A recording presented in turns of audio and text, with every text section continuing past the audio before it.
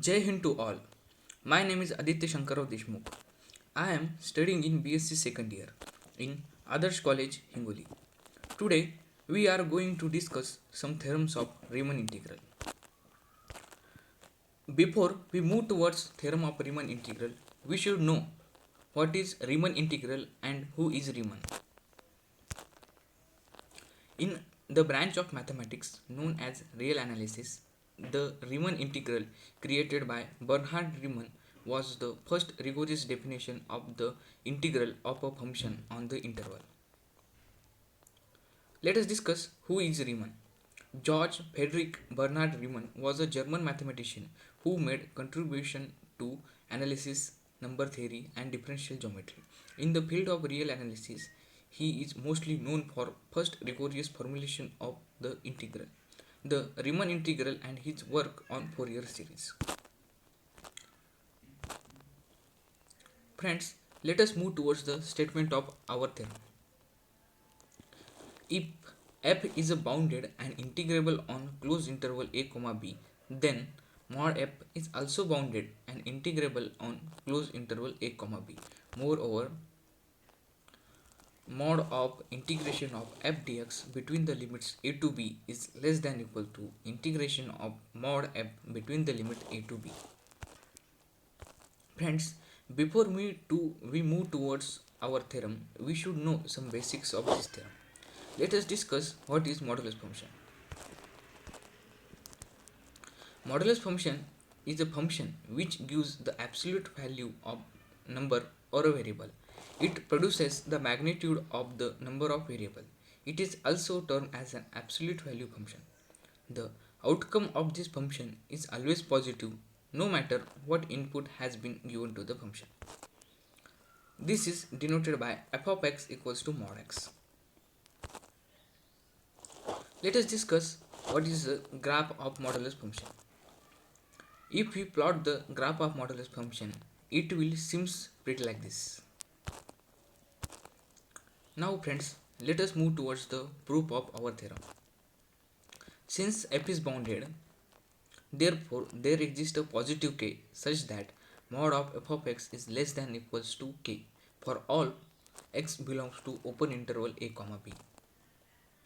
This implies that the function f of x is bounded. Again, since f is integrable, there exists a partition x naught equals to a, comma x1, comma x2, comma x3, so on xn equals to b of closed interval a comma b such that upper sum of f minus lower sum of f is less than epsilon for partition p. Let capital Mi and small mi be the bounds of mod f and capital Mi dash and small mi dash be the bounds of f in delta xi. We have for all x1, x2 in delta xi. This implies that mod of f of x2 minus mod of f of x1 is equals to mod of f of x2 minus f of x1. Since mod of f of x2 minus f of x1 is positive, we can remove it from mod.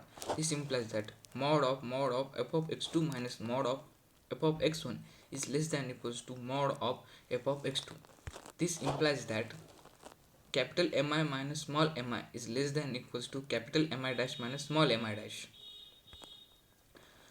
Now, multiplying this equation with delta xi and taking summation of both sides, we get summation of capital Mi into delta xi minus summation of small mi into delta xi is less than equals to summation of capital Mi dash into delta xi minus summation of small mi dash into delta xi.